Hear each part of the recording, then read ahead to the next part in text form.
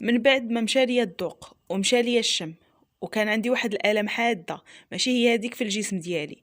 الا كانوا عندك هاد الاعراض ديري هاد المشروب وتفكريني. الا كان عندك الم في الحلق، الم في الراس، الم في الجسم كامل، الدوخه، الكحه، ضيق في التنفس، حتى بالنسبه للناس اللي عندهم المناعه ديالهم ضعيفه بزاف، ما عليك اختي غير بهاد الوصفه.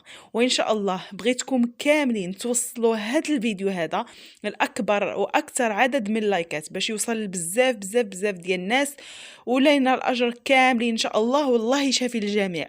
وكنقول لكم دابا خليوكم مع الفيديو كامل من الاول حتى الاخير هكا باش تشوفوا طريقه الاستعمال وطريقه التحضير. بسم الله على بركه الله. غادي نبداو الوصفه ديال اليوم. كيف ما غادي تلاحظوا معايا، اول مكون اللي غادي نحتاج في هذه الوصفه هذه اللي هي كيف ما كتلاحظوا اللويزه. فاللويزه غنيه عن التعريف. انا غادي نبحث ونعرف الاسماء ديالها الاخرى اللي في الدول العربيه او لا بالونغلي ولا بالفرنسي، وغادي نخليها لكم هنايا في صندوق الوصف او لا في الفيديو. غادي نكتب لكم الاسماء ديال هاد اللويزه هذه. حنايا بالنسبه لينا كنقولوا لها اللويزه، فهذا هو الشكل ديالها. فكتكون ميبسه كيف ما كتشوفوا، يعني كتكون يابسه ماشي طريه. فاللويزه زوينه بزاف، كنستعملوها حنايا، كنعطيوها للوليدات الصغار اللي ما كيبغيوش ينعسوا، اللي كتجيهم حمى. فهاد اللويزه هذه كتهدن الاعصاب وكتهدئهم ايضا. وفي هذه الوصفه هذه مفعول ديالها رائع رائع رائع. المفعول ديال هاد اللويزه هذه انها كتخلصنا من السعال، كتحيد لينا الالم اللي كيكون عندنا في الصدر ديالنا، ضيق في التنفس، كتعطينا جهاز المناعه، كتقويه لينا، كتحيد لينا الحمى، الحراره، يعني ارتفاع الناس اللي عندهم ارتفاع في درجه الحراره فكتهبط لهم الحراره ديالهم، وكتهدئ لينا النفس ديالنا، كتخلي يعني لا عندنا شي زكام، لا عندنا عطس، الم الراس، الم في الجسم كامل. فهاد الوصفه هذه او هاد اللويزه في هاد المشروب هذا فغادي تعطينا واحد النتيجه رائعه رائعه رائعه رائعه. ودابا كيف ما كتلاحظوا غادي نبداو الوصفه على بركه الله. غادي ناخذ هنايا واحد الكميه ديال اللويزه، ماشي بزاف بطبيعه الحال. انا هنايا غير حطيت لكم هذه الكميه هذه، راه كنديروا غير كميه صغيره وكتعطينا نتيجه اللي هي مضاعفه. مباشره غادي ناخذ هنايا واحد الكاسرونه كيف ما كتلاحظوا، وغادي ناخذ هنايا واحد الكميه من اللويزه. كيف ما قلت لكم ما غاديش نديروا بزاف، غادي ناخذ غير واحد الكميه فقط على هذا القياس هذا. وغادي نضيف الماء، واحد الكميه تقريبا كاس كبير اولا كاس متوسط، نص كاس كبير اولا كاس متوسط كامل. دابا مباشره غادي ناخذ هاد اللويزه هادي وغادي نديرها فوق نار تكون متوسطه، ما تكونش مهيله وما تكونش مجهده حتى هي. بعد غادي نرجع لكم تتمه الوصفه. هنايا غادي ناخذ كيف ما كتلاحظوا غادي ناخذ هنايا الليمون اولا الحامض.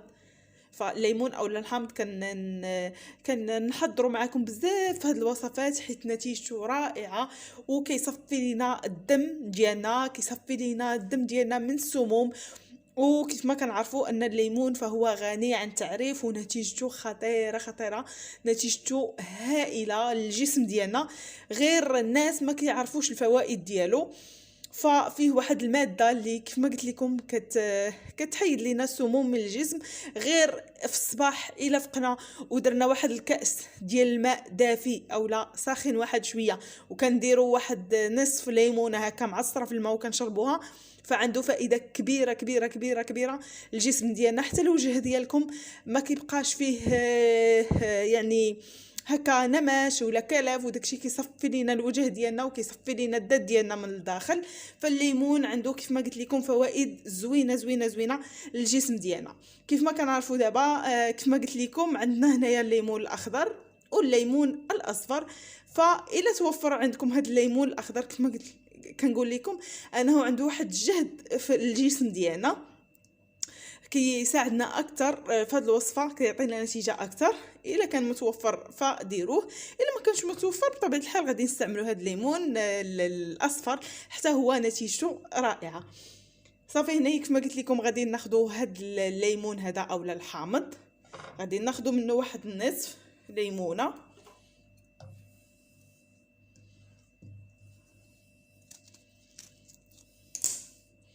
هانتوما كيف ما كتلاحظوا هنا غادي نزولوا هاد البذور، وغادي ناخذوا القلب ديال هاد الليمون هذا. فهنا الا طاحوا شي عظيمات فغادي نزولوهم من بعد. المهم حنايا عندنا الغرض اننا نحيدوا هاد القلب ديال هاد الليمونه او الحامضه.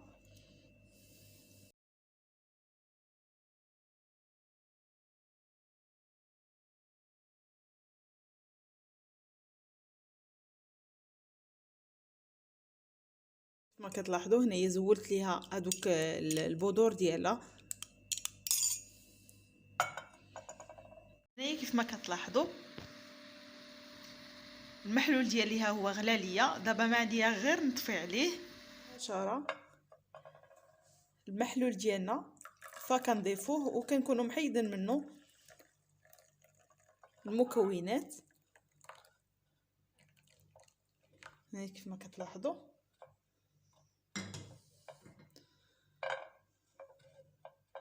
راه مازال ساخن، ومباشره ملي كنضيفوه فوق هاد الحامض هذا، مباشره ملي كنضيفوه ضروري ما نضيفوا هاد المكونات اللي غادي نوريكم دابا.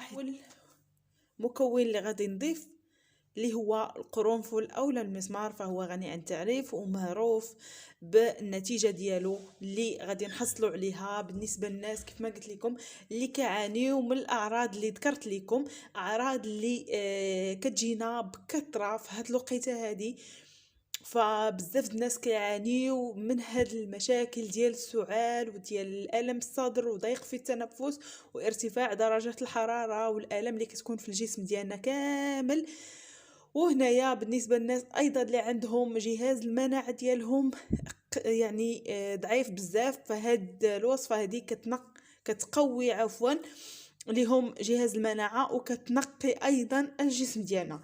صافي هنا كيف ما كتلاحظوا غادي نوضع هنايا القرنفل اولا المسمار. بطبيعه الحال ما غاديش نوضعوا على هذا الشكل هذا، يعني ما غاديش نوضعوه هو هكا ما مدقوقش اولا ما مطحونش. غادي نوضع واحد الكميه اللي يكون مطحون فيها. كتلاحظوا معايا القرنفل اولا المسمار هنايا عندي مطحون كيف ما كتشوفوا. غادي ناخذوا فقط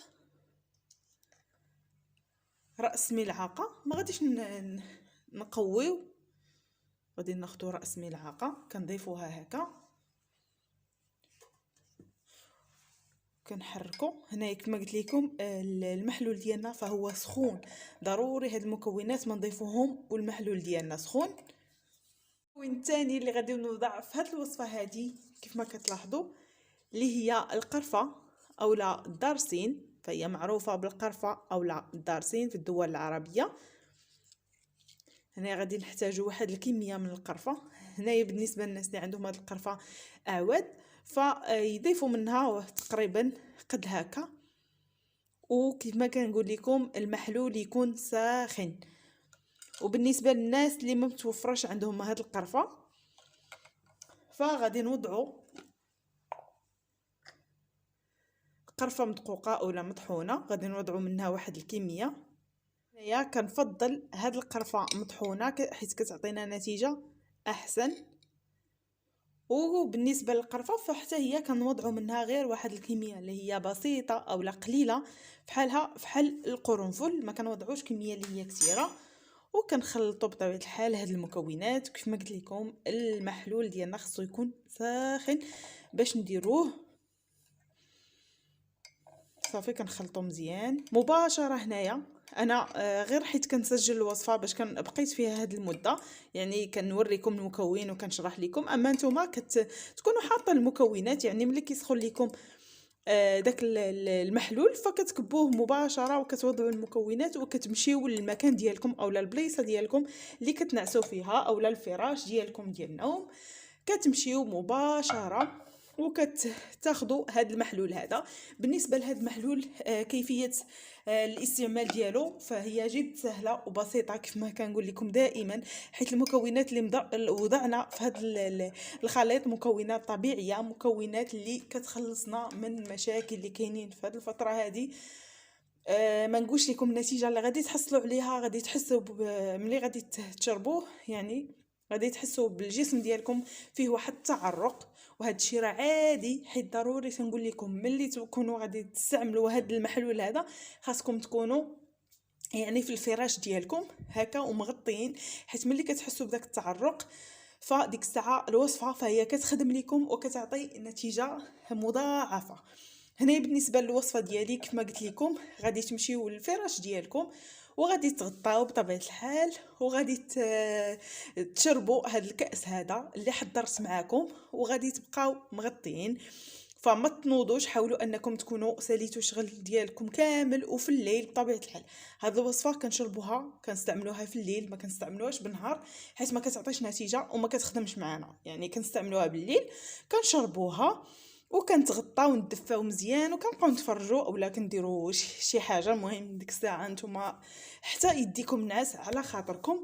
صافي هذه هي الوصفه، هي جد سهله وبسيطه وكتعطينا نتائج رائعه كيف ما قلت لكم. فكتبدا المفعول ديالها من اليوم الاول حتى ل3 ايام كحد اقصى، وان شاء الله تنجح معكم وتستافدوا من هذا الفيديو. وكنتمنى انكم تبارطاجيوه باش كلشي يستافد. ديروا لي لايك باش هكا تعمل فائده على الجميع.